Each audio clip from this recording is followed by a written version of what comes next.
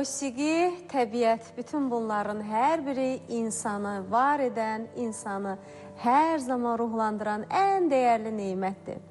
Sözün, musiqinin vəhdətində, təbiətin qoynunda hər birinizi salamlayırıq. Xəzərin sahilindəyik, Xəzərin sahilindən hər birinizə qucaq dolusu sevgilərimizi göndəririk. Əziz bizi izləyənlər, əziz bizi gözləyənlər. Bugün Xəzərin sahilinə elə bir adamı dəvət eləmişik ki, bu insan uzun illərdir artıq, hətta deyərdik ki, nəslindən, şəcərəsindən süzülüb gələn o dəyərli neyməti, o istedadı, o bütün varlığı ilə bizə bəxş etdiyi o neyməti ki, biz onun bizə bəxş etdiyi neymətlə ruhumuzu hər zaman cilalayırıq, ruhumuzu qidalandırırıq, hər zaman bizə bir bayatı ağuşunda dincəlməyə sövq verən adamdır.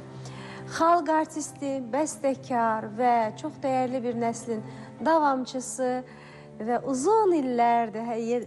Eldar bəy, bu sözü nə qədər desək belə azdır.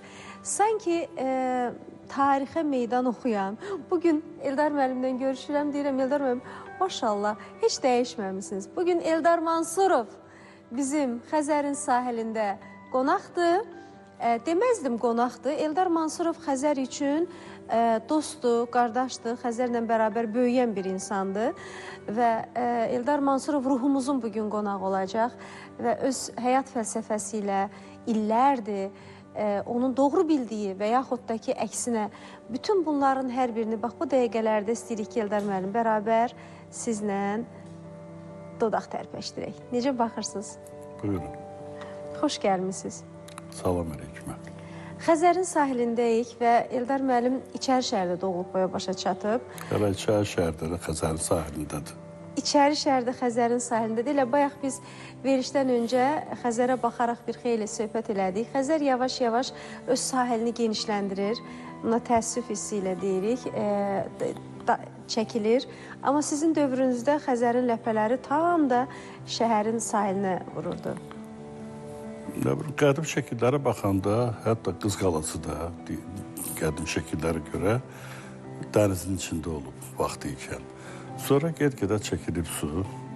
Mənim açıq yadıma gəlir, mənim gənclik vaxtlarım, tələbəlik vaxtlarım, onda belə deyildi. Yəni ki, dənizin suyu vardı. Çox hayıfslar olsun ki, əfsuslar olsun ki, yavaş-yavaş su çəkilir, amma hara çəkilir, hara gedir, məlum deyil. Mənə gəlir, nə vaxt gedib, bugün gedirsə, nə vaxtsa qayıdıb gələr gəldə. Eldar müəllim, son zamanlar bu təbiətdə baş verən qlobal istiləşmə, təbiətdə baş verən bu dəyişikliklər, bunlar insanın da əhval-ruhiyyəsinə təsir edir. İndi kimlərisə danışdıranda hər zaman eyni sözü eşitmiş oluruq ki, biraz yorğunam, nəyəsə həvəsim yoxdur və s. Sanki bütün bunlar o təbiətin həmahəngliyində insana sirayət edən amillərdən biridir. Necə baxırsınız ümumiyyətlə bu dəyişikliklərə? Mən açıq deyim sizə ki, çox xoşlamıram məsələn müqayisə eləməyə, amma ki, məcburam müqayisəyə gedim. Çünki müqayisə ilə danışanda bəzi indi gənclər oturub baxırlar, deyirlər ki, gələ başladı köynədən danışmağa. Mən məsələn baxıram, Bakıda ilk dəfə kondisioner 80-ci illərin əvvəllərində gəldi və kondisioner olandan sonra o vaxtdan öyrəşmişik kondisioner işlətməyə, yəni ki, onun havasında sərinləşməyə. Və fikirləşirəm hərdən ki, biz kondisioner olmamışdan biz necə yaşayırdıq. Sadəcə onlara bir ventilatorun, deyərdim ki, o metaforlanırdı, bizə bir sərinləşdirici verirdi havanı. Get-gedə havalar hamısı dəyişiblər. Yəni, keçmişdə iqlim biraz başqa idi. Get-gedə insanlar yeni texnologiyalar, zavodlar, yerdən nefti götürürlər, digər yerin altında olan neymətlər hamısını götürüb, hamısı işlədirlər, hamısı havaya gedir. Nə bir mənim eşitdiyimə görə, yəni o vaxtlarda, Sovet vaxtında eşidirdim o söhbətləri ki, azonda bir balaca orada yırtıqlara mənə gəlib və ona görə yerin iqlimi də dəyişir. Bahar suların gedməyidir, hər yer istiləşir. Keçmişdə məsələn biz xoşlayardıq qışda çıxmağa şəhərə və yaxud yayda gezməyi, məsələn şəhərdə gezəsən. o qədər də yay yandırmırdı bizi. O qədər də qış deyim ki, bizi soğutmurdu. Mən baxaram get-gedə qışa oxşamır. Hələ bax bu iki qışı götürəyik. Və nə də yaya oxşamır. Yay olur cəhənnəm istisi, adam evdən bayıra çıxa bilmir. Və qışda da ki, deyim, soyuqdan çox sürüşkən olur hər şey. Yəni ki, buz əmələ gəlir və o buzdaşma getdiyinə görə adam evdən çıxmaq istəmir. Ən yaxşısı azdan çoxdan payızdır və bir balaca da yazdır. Belə. Amma fikir vermişsiniz, biz payızla yazı da çox az görürük. Son illər may ayından birbaşa yay başlayır. Elə aprel soyuqlarından dərhal biz iyun-iyul aylarının istisini yaşayırıq və sentyabr deməyək, haradasa oktyabr deyə bilərikmi və yox, elə sentyabrdan da dərhal... Yox, sentyabr yayın davamı gedir, adətən oktyabr ayında. Və biz yaz payızı yaşaya bilmirik. Və bu, fikir verirsiniz, hər ölkənin özünə xarakterik insanlar olur. Bu, havadan asılıdır. Məsələn, soyuq ölkənin insanları emosional olmurlar. İsti ölkənin insanları daha qaynar, daha emosional olurlar. Və bizdə də bu 4 fəslin hər birini yaşaya bilməyimiz, 11 iqlimdən 9-unun bizdə olması insanlarda həm yaradıcı olmağa sövq edən bir səbəb verir, həm də ki, bizim insanlarımız çox koloritli insanlar olur. Amma indi bu fəsil dəyişikliyində qəfildən istidən soyuğa, soyuqdan istiyə keçmək insanlara da təsir eləyirmi sizcə? Belə deyək, sualı belə konkretləşdirim ki, köhnə kişilər və indiki insanlar. Köhnə adamlar bir balaca xoşlayırlar sakitliyi. Sakitliyi əsasən nədən gəlir? Qışda evdən bayıra çıxmağa xoşlamırlar, yayda və eləcə də yayda. Çünki yay istidir, qış soyuqdur. Soyuqdan başqa, bu soyuq öz yerində. Bakı, bilirsiniz də, küləklər şəhəridir. Məsələn, soyuq niyə görə olur? Məsələn, Moskvada görsən və yaxud haradasa, mən olmuşam Rusiyanın çox yerlərində o vaxtı. Yəni ki, çıxırdıq orada şəhərə, görsən ki, 20 qradus məsələn şaxta idi. Amma hiss eləmirdin onu. Çünki külək yox idi. Külək sənin, o soyuğu sənin bədənivə, canıva salmırdı. Burada amma görsən ki, 1 dərəcədir və yaxud 0 dərəcədir. Külək elə ki, bəkdən vurur adamı üzünə, o şapalağa, adam başlayır əsməyə. Və yaxud yay da elə. Bu fəsillərin deyərdim ki, bir dənə gənclər üçün, uşaqlar üçün deyərdim çox yaxşı bir belə baxanda halı var. Deyə görə, çünki uşaqlar xoşlayırlar açıq havada olmağı. Onlara daxil yoxdur. Məsələn, oynayırlarsa, günün altında da oynayırlar, soyuqda da qaçırlar, orada oynayırlar. Yəni, onlar üçün yaxşıdır. Amma biraz mənim yaşıtlarım üçün biraz çətindir bunu qəbul eləmək biraz. O belə. Eldar Mansurov uşaqlığına dönsə, Eldar Mansurov, balaca Eldar Mansurova, bax, bugün Xəzərin sahilində hansı hesabatı verərdi? Yəni, bugün 70'i keçmiş, bir balaca keçmiş deyək. 70'i keçmiş Eldar Mansurov, 7 yaşlı, çox da uzaq getməyək, 7 yaşlı Eldar Mansurovla diyalog qururmu? Yox, diyalog qura bilmərəm mən. Mən tez-tez evdə açıram albomun şəkillərini.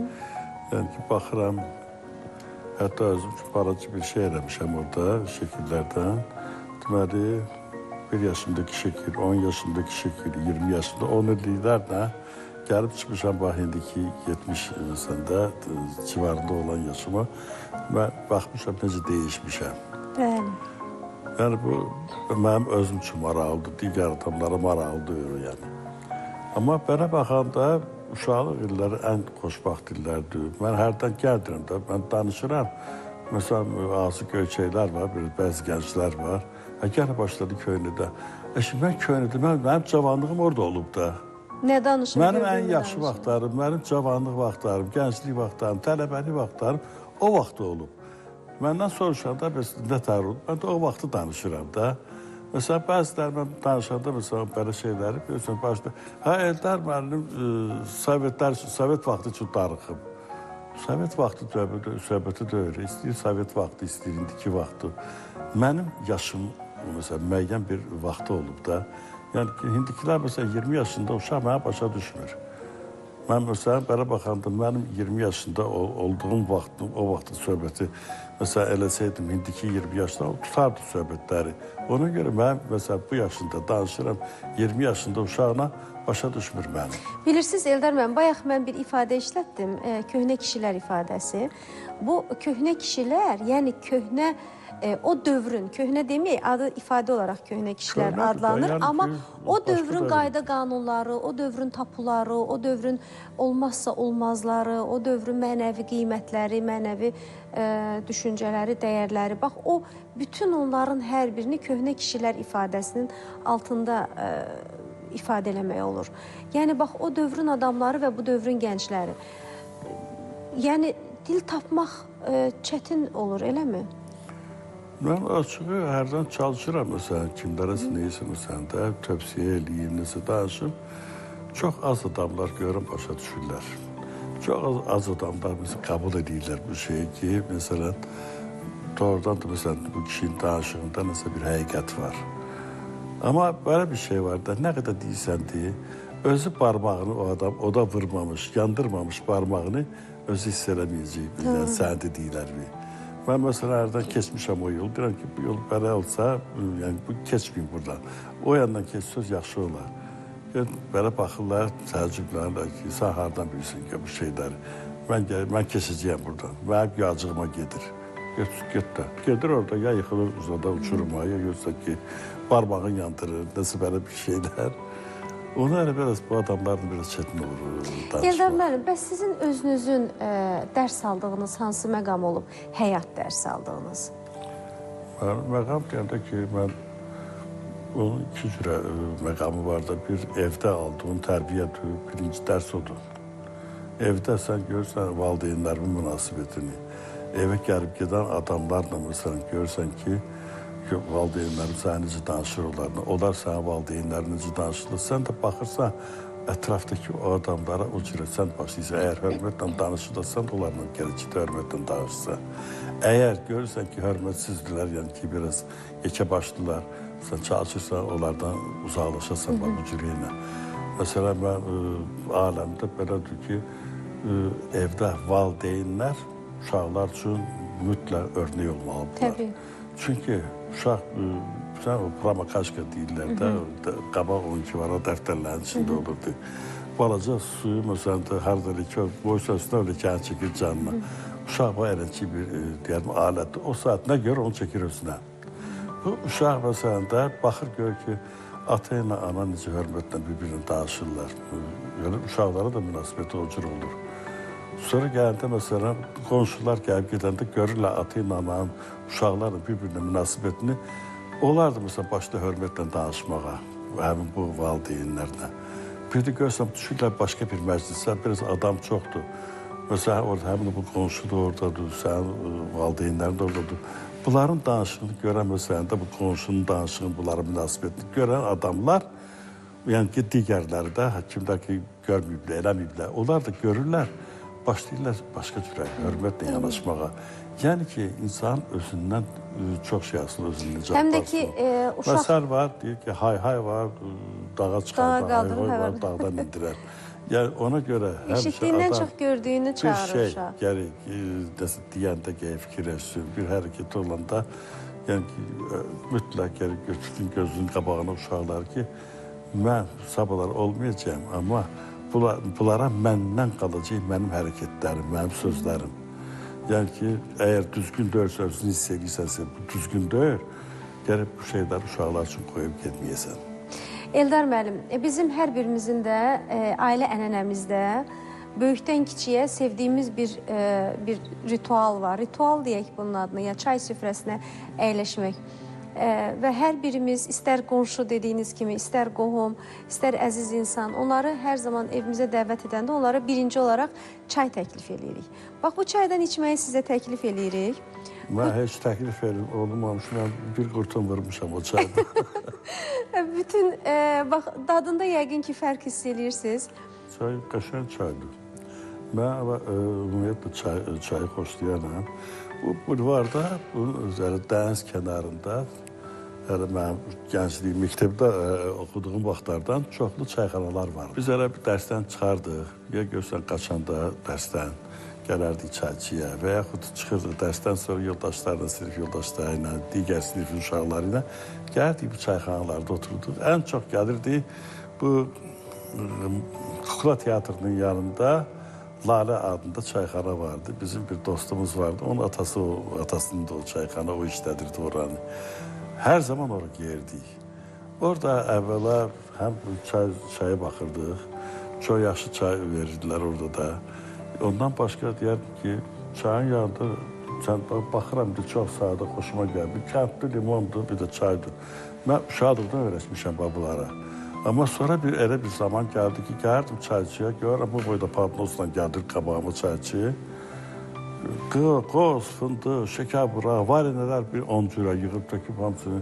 Demə bala, mənə çay verdin, bir dənə qənd, bir dənə də limon sal içində və salam başqa işlər. Özü də Eldar müəllim, o vaxtı Seylon çayları adla idi. Hər zaman Seylon çaylarına xüsusi önəm verirdilər. Bax, sizin içdiyiniz bu çay Azərbaycan brendidir. Seylon çayıdır, Hacı Seylon çayı. Və bizim bu verilişimizin sponsorudur. Və biz Hacı Seylon çaylarının baş sponsorluğu ilə sizinlə bərabərik. Sizə çaydan içməyi tövsiyə edirik. Qısa bir aramız var və ailə ənənəsindən danışdınız. Bugün biz sizin atanız Bəhram müəllim Mansurovu xatırlayacağıq. Sonra çox maraqlı söhbətimiz olacaq. Əziz tamaşaçılarımız, qısa aradan sonra buradayıq. Siz də Hacı Seylon çaylarından alın, dəmləyin və hər zaman bizimlə olun.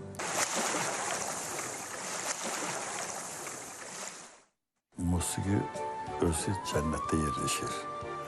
Musiqinin məkanı cənnətdir. Dəfələrlə demişəm ki, istəməzdik ki, biz musiqiçi olaq. Çünki çox həm gözəl sənətdir bu musiqi, həm də ki, çox ağır bir sənətdir. Güclü insan kimdir? Hansı insandır güclü insan?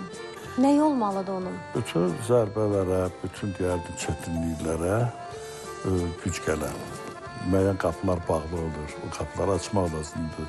Baltanı götürüb gedib sındırmaq yox. Gəl dedim, biliyinlə, savadınla. Eldar Mansurov nə ilə barışmır? Mənim övladım var, mənim nəvələrim var. Mən nəvələrimə nə qoyum gedim?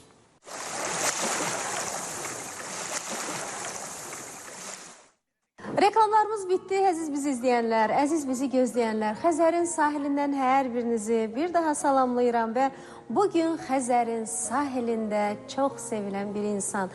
Məsuliyyətlə bunu deyə bilərik, hə Eldar müəllim? Çox sevilən bir insan, dünyaca məşhur olan bir insan. Gəlin özümüzə sağlığımızda qiymət verək və bir sıra mahnılar müəllifi, bir sıra ürəyimizi fəth edən, ruhumuzu qidalandıran o gözəl sənət əsərlərinin müəllifi, xalq artisti, bəstəkar Eldar Mansurov bizimlədir. Eldar müəllim, 3000-dən çox mahnı bəstələmişsiniz. Mahnı instrumental musiqidir. Yəni ki, bu əsərlər burada bütün janrlar öz əksini tapır. Və biz reklamlardan öncə sizin atanızın adını mən xatırladım. Bəhram Mansurov. Yəni, Bəhram Mansurov ənənəsini davam eləmək, onun həqiqətən layiqli yolunu davam eləmək böyük məsuliyyət tələb edirdi. Amma həm də bu bir istedaddır. Yəni, o qədər məşhur insanların övladları onun yolunu davam etdirə bilməyib ki. Amma siz bilavasitə onun yolunu onun qədər davam etdirə bilmişsiniz. Bəzən biz məşhurlardan soruşanda deyirlər ki, mənə qədər gəlib çatacaqsa mənim sənətimdə olsun. Yox, əgər çatmayacaqsa yox. Siz çatdınız və keçdiniz də, deyə bilərik. Bunu siz deyə bilərsiniz, çatdım, çatmadım. Mən o işə baxmıram. Yəni, heç o şeyləri düşünürəm. Amma bilirəm ki, mən təkcə atamdır, babamdır, ulu babamdır. Bunlar hamısı musiqinin xirdarı olublar. Bunlar musiqini seviblər, musiqi ilə məşğul olublar. Özü də deyərdim ki, çox ciddi münasibətlər olub musiqiyə. Yəni ki, sevib həm də onu qoruyublar. Və bir-birlərinə deyərdim, nesil bə-nesil ötürüblər. Yəni ki, ulu babam babama, babam atasına, mənim atama, atam mənə, qardaşlarımı yəni ki, bir növ həvalə edib bu sənəti. Amma dəfələrlə demişəm ki, istəməzdik ki, biz musiqiçi olaq. Çünki çox həm gözəl sənətdir bu musiqi, həm də ki çox ağır bir sənətdir. Ağır nə barədə elə bir ətrafında onun bir mühiti var ki, o qədər bu dedikodular, bir-birinin ayağından çəkənlər, bir-birini pisləyənlər, bir-birini deyərdim ki, sıxıb boğmaya salanlar, onu atam istəməzdi ki, məsələn, biz olaq. Yəni ki, hər adam o şeydən baş çıxardıb gelmir. Yəni o dövrlərdə də bu var idi. Bu həmişə olub. Mən çox söhbətlər eşitmişəm, yəni ki, o nətər olub, filan kəsbəri olub, nətər olub, necə olub, belə parlaq bir insan sonra dönüb heç nə yapıb, belə. Yəni hər zaman da olub, indi də var o şeylər. Amma ancaq qüvvətli adamlar, güclü adamlar görürsən ki, bütün bunların hamısının içindən bu odun, nə bilim, deyərdim ki, qılınc, iynə, nə bilim, bütün bu cəngəlliklərdən keçib, axırda görürsən ki, gəlir düşür cənnətə. Cənnətə necə deyim? Cənnət o barədə ki, yəni ki, musiqi özü cənnətdə yerləşir. Musiqinin məkanı cənnətdir. Musiqi insanları bizi elə bir ki, gül məsələndə açıla da bilər. Yəni ki, tezə buton deyirlər ona. Açılmaya da bilər. Musiqi onu açır. Necə ki, günəşi, güllər, məsələn, günəş deyəndə üstünə o açır, güllər. Axşam məsələn, günəş gedir, gecə qaranlıq gələn yığılır.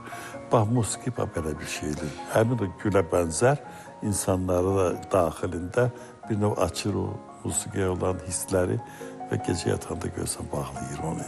Səhərsin yenə də yerindən açır. Harmoniyadır da. Eldar müəllim, güclü insan dediniz. Güclü insan kimdir? Hansı insandır güclü insan? Nə olmalıdır onun? Bütün zərbələrə, bütün deyərdim çətinliklərə güc gələn. O da güc necə gəlir? O da sənin iradınla gəlir. O sənin savada, biliyə, inamından, yəni ki, böyük bir həvəsindən gəlir. Atamız həmişə deyərdi ki, hansı bir vəzifəyə səni götürüb qoya bilərlər. Amma necə qoya bilərlər, çıxarda da bilərlər. Amma sənin aldığın savadı, sənin aldığın biliyi, elmi sən əlindən heç kim ala bilməz. Ona görə çalışın, biliyli, savadlı olun ki, savadlı biliyli adam bugün əgər yer yoxdur, sonra sabahlar mütləq bir qapı açılacaq o adam üçün. Çünki o savad, bilik, hər şeyi bilmək, yəni bu adamı həmişə dayaq olub, adamı yoxsa yol açıb, beləcə bir şey. Ruh adamı, incəsənət adamı, xüsusən musiqi adamı hiss adamıdır. Onun güclü olması o qədər də asan deyil. Və Eldar Mansurov uzun illər, biz elə verilişimizin əvvəlində də qeyd elədik ki, uzun illərdir ki, siz bu sahədəsiniz və peşəkarlığı qoruyaraq gəlib bu sahədə özünüzü var edə bilmişsiniz. Neçə dövrlər keçdi, neçə keşməkeşli zamanlar keçdi və bütün bunların hər biri əlbəttə ki, yaradıcı insana təsir eləməli idi. Eldar Mansurovun da bax, bu keşməkeşlərdən var olub keçməsi onun gücünə dəlalət edir, deyə bilərik, düzdürmü? Tək Eldar Mansurov yox, bütün sənət adamları hamısı o keşməkeşlərdən keçiblər. Yəni, elə belə, heç kim belə, ancaq baxırsan ki, hər şey ağ rəngdə, hər şey günəşli, işıqlı, elə olmur. Yaradıcı adam gərək mütləq düşsün bəlkə boşa. Bəlkə boşa necə düşür? Yəni ki, görsən ki, müəyyən qapılar bağlı olur, o qapıları açmaq lazımdır. Baltanı götürüb gedib sındırmaq yox. Gəl biliyinlə, savadınla, öz zəhmətinlə qazandığın o bilik, savad və hörmətlə o ilə qapıları açırsan sən. Və bu cürə. Eldar müəllim, bayaq sözünüzdən bir məqama diqqət yetirdim. Dediniz, o dövrlər də var idi, söz-söhbət, o dövrlər də var idi müəyyən maniyələr və fikir verirəm ki, o dövrün adamları heç bir zaman o baş verən situasiyaları açıq şəkildə açmırlar. Nə situasiyanı açmırlar, nə adamın adını çəkmirlər. Onu pərdəli saxlayırlar. Onlar düşünürlər ki, bunu demək olmaz. Amma bugünün insanı, bugünün bu sənətdə olanı bunu danışmaqla, bunu açıb farş eləməklə bunu böyük bir özünə cəsarət, qoçaqlıq bilir. Bilirsən, çətinliklər olur həmişə. Mən həmişə demişəm, televiziyadır, məsələn, mətbuatdır. Bunlar hamısı bizim cəmiyyətimizin güzgüsüdür. Sən gələcək üçün nə qoyub gedirsən? Məsələn, mənə baxanda hər birimizin daxilində nədənsə görsən şikayət var, nədənsə görsən bəyənmirik neysə, bunları deməyin də təri var. Bunları hamısının adı ilə olduğu kimi götürüb açıb tökməklə, sökməklə bu kimlərisə neysə olmaz. Onlar deyəndə də tərbiyəli şəkildə deyəsən ki, o adamlar inciməsinlər. Yəni, görsün ki, belə bir şey var, götürsün. Bizdən məsələn nədir? Eşidir ki, məsələn, biri məsələn nədən şikayət, filan kəs belədir, yox, filan kəs belədir, filan kəs. Bunlar ad çəkməklə güya ki, öz verilişlərdir, reytinqini qaldırırlar, özlərini, bunlar, yəni ki, cəmiyyətdə belə sözü düzgün deyənlərdir. O da öyle söhbət. Görsən ki, məsələn, cəmiyyətdən xoşuma gəlmirsə, onu elə formada digilən ki, o adam kim ki, məsələn, düzgün eləməyib o işi, özü utansın öz hərəkətindən. Yoxsa bunun adını çəkməklə, bunu təhqir eləməklə, bunlar işdə öylər. Mən belə başa düşürəm. Gələcək uşaqlara, gələcək nəslə nə qoyub gedirik? Bax, bu da əsas məsələ ki, elə şey qoyub getməlisən ki, məsələn, bugün 20 yaşında uşaqlar var, məsələn, 25-30 yaşında adamlar var. Bunlar, məsələn, baxanda görəndə ki, məsələn, yaşlı adamlar belə danışır, bunlar da gələcəkdə o fason danışacaqlar, istər-istəməz. Çünki onlar da gəlib, mənim yaşıma çatanda fikirləşəcək ki, mənim övladım var, mənim nəvələrim var, mən nəvələrimə nə qoyum gedim? Bax, bu şeyləri fikirləşmirlər bu adamlar. Nə verdə hər şey düzələcək. Zamanla hər kəs öz cəmiyyətinin simasıdır, hər kəs öz cəmiyyətinin dövrünün diktəsini yaşayır. Eldar Mansurov nə ilə barışmır? Və barışmadı ümumiyyətlə. Çox şey var ki, məsələn də, çox şeydən o qədər çox da öyür. Yəni ki, yalandır, xoşlamıram. Məsələn, ikiyüzlülük xoşlamıram. Yəni, bunlar mənlik deyir.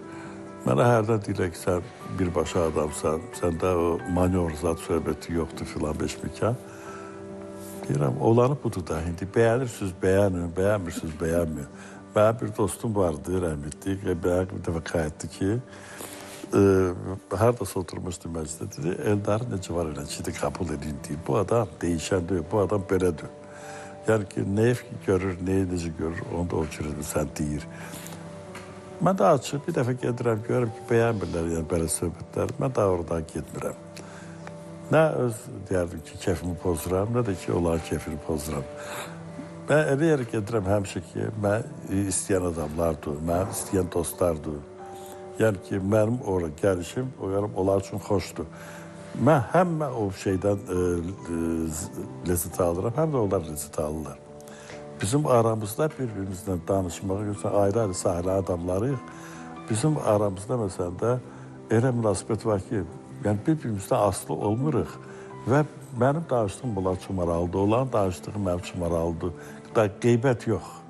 Amma elə söhbətlər ki, doğrudan maraqlı söhbətlər olsun.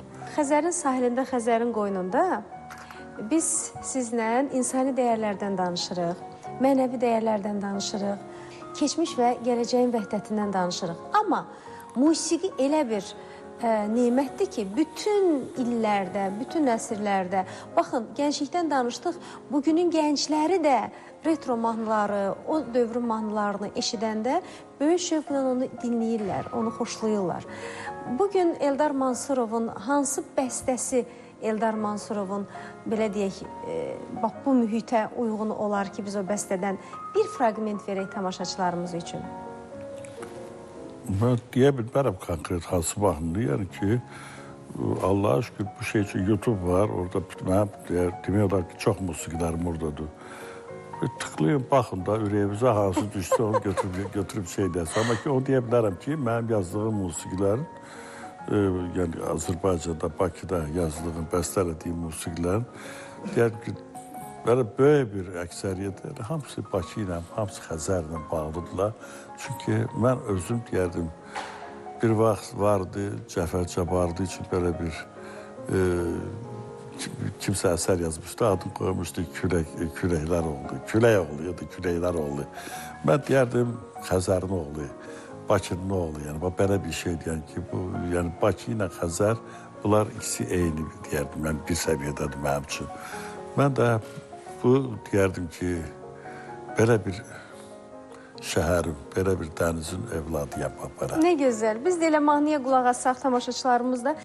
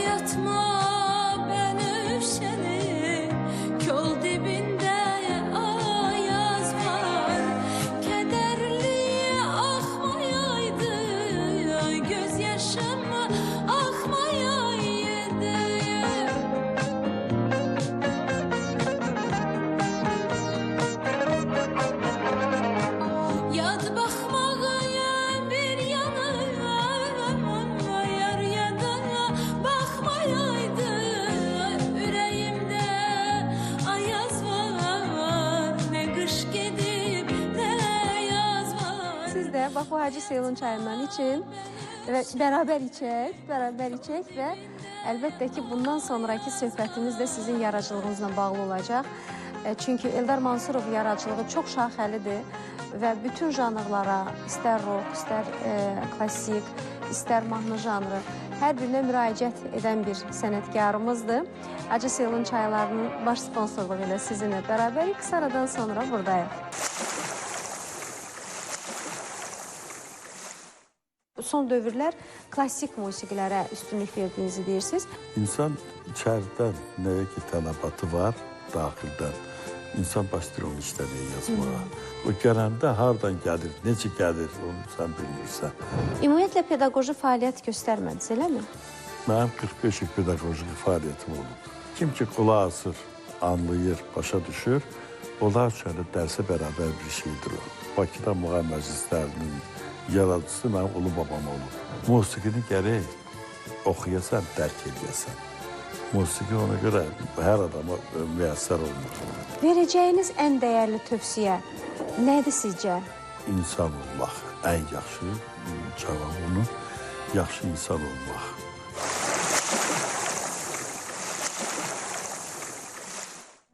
Reklamlarımız bitdi. Əziz tamaşaçılarımız, Hacı Seylon çaylarının baş sponsorluğu ilə sizinlə bərabərik.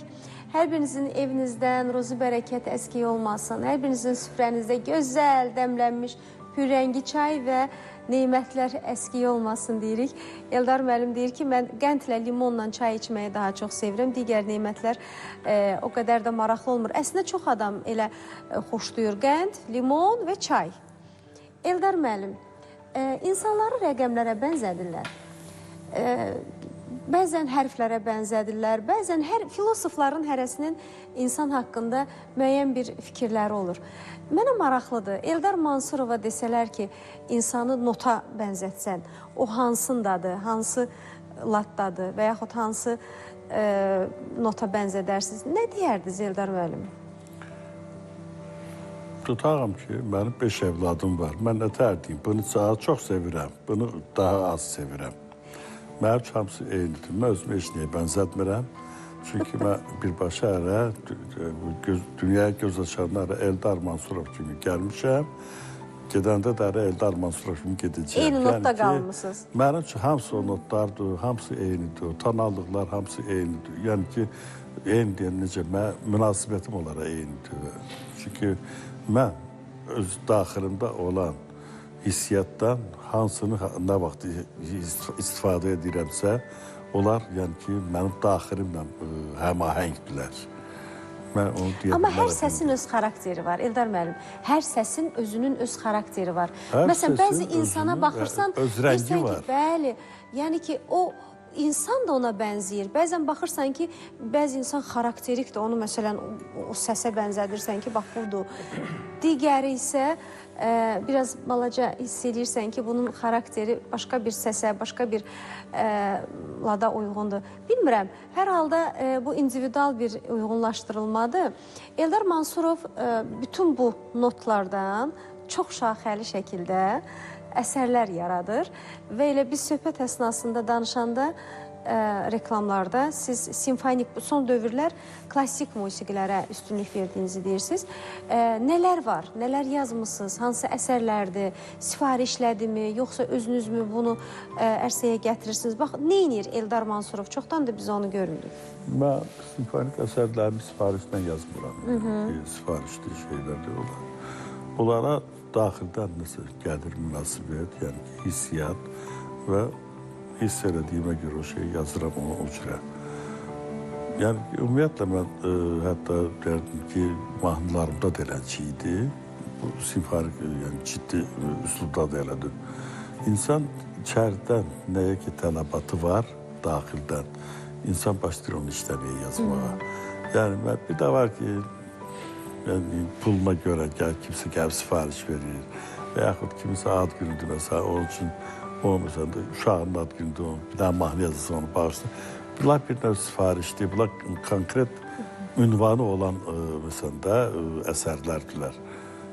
Onlardan da yazırıq, amma o qədər də yox. Yəni ki, daha çox öz içimdə olan hissləri yazıram mən. Yəni ki, mən özdə həmin anda olan hisslərdir.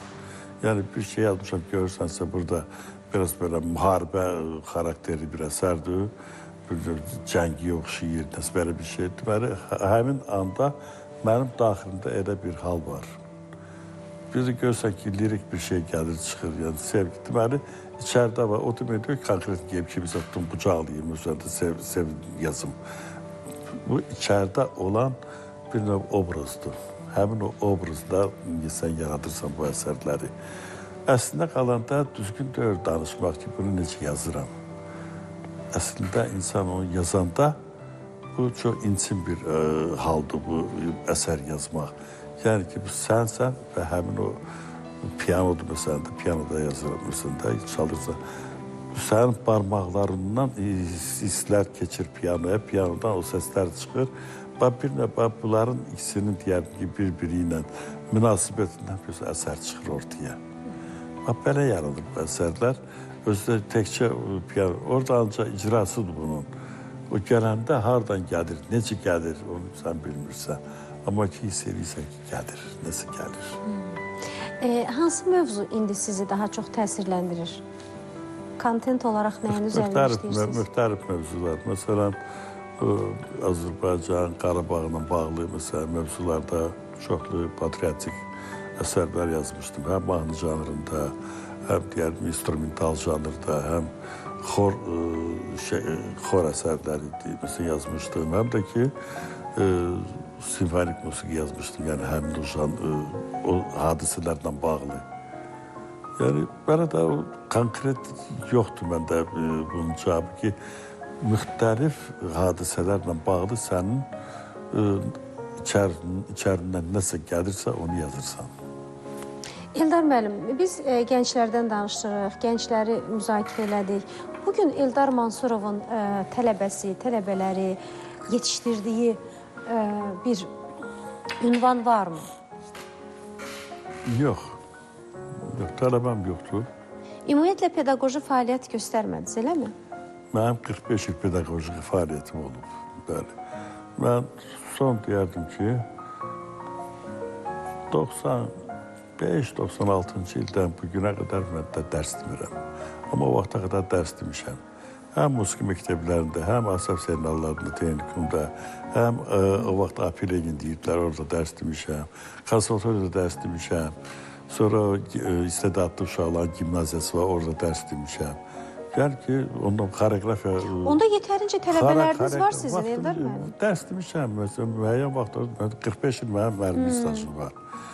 Sonra mənə götürdü ki, nəsə daha çox əsər yazmaqla məşğul oldum. Məsələn, mənə baxanda, gəlin baxa, Fikrət Əmirov, o da heç yerdə dərs deməyib, amma ki, necə əsərlər yazıb gedib. Mən açıq indi bu günlər baxanda mən çalışıram ki, ona oxşadım özümü. Yaxşı mənada, yəni ki, deyəndə ki, niyə görə dərs demirsən, eləmirsən, fikir edəmir orada dərs demirdi. Amma görün, bəstəkarlığı ilə, sənəti ilə çox adama örnək oldu. Və mən də çalışıram, yəni ki, əgər dərs demirəmsə, musiqimlə. Bilirsən, dərs deməyib biraz başqa şeydir. Oturursa orkestrovkadan dərs deyirsən, nədən dərs deyirsən, o ayrı şeylərdir. Bir də var ki, məsələn, sənin yazdığın musiqi kim ki qulaq asır, anlayır, başa düşür, onlar üçün dərsə bərabər bir şeydir o. Əgər bir adam musiqişünas oturur sənin yazdığın musiqini təhlil eləyir, analiz edir onu və görür, məsələn, onu doğrudan savadlı adam kimi analiz edir, görür ki, aha, bunu necə yazıb, belə dərsə bərabər bir şeydir. Eldar müəllim, bugün Eldar müəllim Bəhram Mansurovun oğlu olaraq, hətta babalarından da sitat gətirdi, buradadır. Və Eldar Mansurovun davamçısı evdən, övladlarınızdan varmı? Mənim evladlarım musiqiyə gedib böyük oğlum, amma istəməmişəm musiqiçi olsun. Mən belə kateqoriki razı deyirəm bu şeylə. Yəni ki, musiqiçi bizim nəsildə mənlə, qardaşım Elxandır, ikisimizi qalmışıq. Yəni bizimlə də mənə elə gəlir ki, Mansurovlar musiqiçi kitabını bağlayırlar. Çünki bizim nəsil 150 ildən çox musiqi ilə bağlı musiqiçilər yetişdirib, musiqi işinə baxıb. Bakıda muğam məclislərinin yaradıcısı mənim ulu babam olub. Yəni ki, bunlar hamısı musiqi ilə gediblər. Mən məsələn, övladlarıma deyəndə ki, nəvələrim var, nəvələrimi məsələn, tövsiyə eləmişəm ki, öyrənsinlər. Böyük nəvəm var, Ləman, o musiqi ilə məşğul olur, gedir musiqi məktəbinə. Sonra digər nəvəm var, Mikail, o da musiqi ilə başlayıb məşğul olmağa. Hər biri istəyirəm oturub çalmağı öyrənsinlər, heç olmazsa piyanodakı sabahları bir yerə düşəndə məclisə. Məsələn, bunları birinci ilə ki, məsələn, Eldar Mansurovun nəvələridir. Utanmasınlar bunlara deyəndə ki, bir şey otursa mən çala bilmirəm. Otursunlar, bir şey çalsınlar. Yəni ki, mənim nəvələrim olduğuna görə. Həm də ki, musiqi başqa bir şeydir. Mən mütləq istəyirəm, hamısı məşğul olsun musiqi ilə. Musiqi ilə məşğul olan adam digər adamlardan inciməsin məndən heç kim. Heç olmasa bir barmaq onlardan yuxarıdır. Nəyə görə? Notların dilini bilmək. Bu səslərin, musiqinin anlamaq hər adama nəsib olmur o. Yəni, hər adam onu bilmir. Hər adam bilir, saymağı yaxşı bilirlər. Məsələn də kimsə kimyanı yaxşı bilir, kimsə fizikanı. Hər biri ədəbiyyatı zadı. Onları oxumaq olur hamısını. Musiqini gərək oxuyasan, dərk eləyəsən. Musiqi ona görə hər adama müəssər olmur. Eldar müəllim, deyirsiniz, məndən, İlxan müəllimlə bitdi bu məsələ. Amma istedad elə bir genetik varlıqdır ki, o hər zaman mütləqdir ki, bir yerdən çıxacaq. Biz arzu eləyirik ki, ümid eləyirik ki, bir Mansurovlar silsiləsi davam eləsin, gələcəkdə də bu davam eləsin. Və Eldar müəllim, son olaraq, bax, ailə üzvlərinizdən, övladlarınıza, nəvələrinizə və gənclərdən danışdıq, gənclərimizə verəcəyiniz ən dəyərli tövsiyə nədir sizcə? Nəyi deyərdiniz? İnsan olmaq ən yaxşı cavabını, yaxşı insan olmaq. Cəmiyyətə, xalqa, dövlətə lazımdır. Dövlətə, xalqa, cəmiyyətə lazım olmaq nə deməkdir? Savadlı, xasiyyətin çox yaxşı, bilikli adam. Yəni ki, xeyir verən adam olasan. Mən bunu ancaq deyə bilərəm gələcəyim üçün. Yəni ki, gələcəyim də ki, övladlarım da işləyir, ikisi də yaxşı işləri var. Yəni bu cürə nəvələrim üçün, yəni ki, onların zamanında biraz da dəyişəcək bu yaşayış tərzi.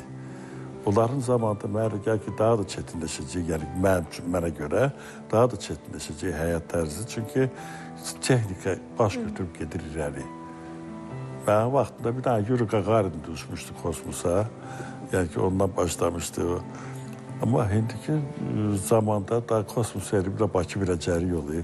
Hər 2 aydan bir kimsə uçur gedir, gəlir, ayacan gelib çıxıblar, indi Marsa stilə getsinlər. Belə şeylər var. Ona görə mən çox istəyərəm ki, məndən sonra gələn nəsil, onlar elə olsunlar ki, həmin dövrlərində həm dövlətə, həm xalqa, həm millətə, həm deyərim ki, mən olmasa da, mənim ki, babalarına həmişə lazım olsunlar. Nə gözəl. Eldar müəllim, bu arzu niyyətə biz də qoşuluruq. Bütün gənclərimizə, bütün insanlara, bütün doğmalara bax bu gözəl hissi tövsiyə edirik. Və Eldar müəllim, veriliş boyu Hacı Seylon çaylarından içdiniz və bəyəndiyinizi də söylədiniz. Biz də istəyirik ki, sizi buradan əliboş göndərməyək. İstəyirik, bax, evinizdə o doğmalarınızla bu gözəl Hacı Seylon çaylarından dəmləyəsiniz, içəsiniz. Burada iri yarpaqlı, xırda yarpaqlı, hətta tənbəllik eləsəniz paket çay da var.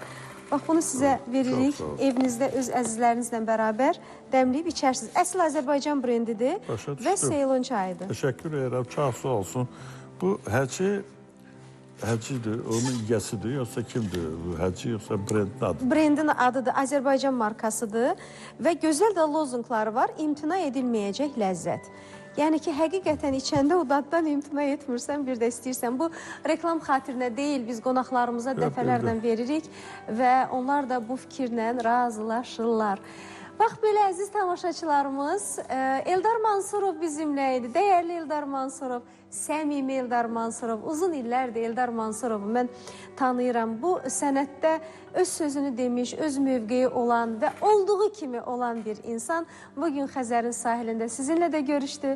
Uğurlar diləyirik, hər birinizin evinizdə ruzu bərəkət və sevgi əskiyi olmasın. Görüşmək ümidi ilə Allah amanında.